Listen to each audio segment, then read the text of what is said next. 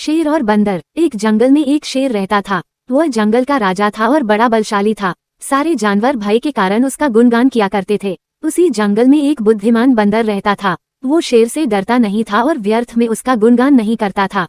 शेर की यह बात बुरी लगती थी। एक बार उसने बंदर को बुलाया और कहा, जंगल के सारे जानवर मेरी प्रशंसा करते हैं, तुम नहीं।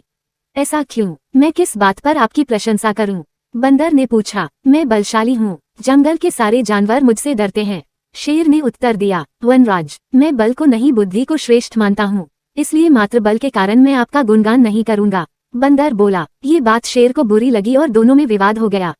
विवाद का विषय था बुद्धि श्रेष्ठ है या बल। शेर की दृष्टि में बल श्रेष्ठ था, किंतु बंदर की दृष्टि में बुद्धि। दोनों के अपने अपने तर्क थे। अपने तर्क देकर वे एक दूसरे के सामने स्वयं को सही सिद्ध करने में लग गए। बंदर बोला, शेर महाराज, बुद्धि ही श्रेष्ठ है। बुद्धि से संसार का हर कार्य संभव है, चाहे वह कितना ही कठिन क्यों न हो। बुद्धि से हर समस्या का निदान संभव है, चाहे वह कितनी ही विकट क्यों न हो।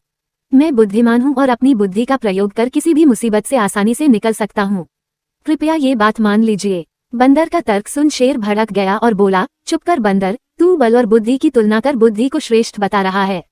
बल के आगे किसी का जोर नहीं चलता। मैं बलवान हूँ और तेरी बुद्धि मेरे बल के सामने कुछ भी नहीं। मैं चाहूँ तो इसी क्षण इसका प्रयोग कर तेरे प्राण ले सकता हूँ। बंदर कुछ क्षण शांत रहा और बोला, महाराज, मैं अभी तो जा रहा हूँ, किंतु मेरा यही मानना है कि बुद्धि बल से श्रेष्ठ है। एक दिन मैं आपको ये प्रमाणित करके दिखाऊंगा। मैं अपनी बुद्धि से बल को हरा दूंगा। मैं उस दिन की प्रतीक्षा करूंगा जब तुम ऐसा कर दिखाओगे। उस दिन मैं अवश्य तुम्हारी इस बात को स्वीकार करूंगा कि बुद्धि बल से श्रेष्ठ है, किंतु तब तक कतई नहीं। शेर ने उत्तर दिया। इस बात को कई दिन बीत गए। बंदर और शेर का आमना सामना भी नहीं हुआ। एक दिन शेर जंगल में शिकार कर अपनी गुफा की ओर लौट रहा था। अचानक वह पत्तों से ढके एक गड्ढे में जा गिरा। उसके पैर में चोट लग गई। किसी तरह वह गड्ढे से बाहर निकला तो पाया कि एक शिकारी उसके सामने बंदूक ताने खड़ा है। शेर घायल था। ऐसी अवस्था में वह शिकारी का सामना करने में असमर्थ था। तभी अचानक कहीं से शिकारी पर पत्थर बरसने लगे। शिकारी हड़बड़ा गया। इसके पहले कि वो कुछ समझ पाता, एक पत्थर उसके सिर पर आकर पड़ा। वह दर्द से तिलमिला उठा और अपने प्राण बचाने वहां से भाग गया।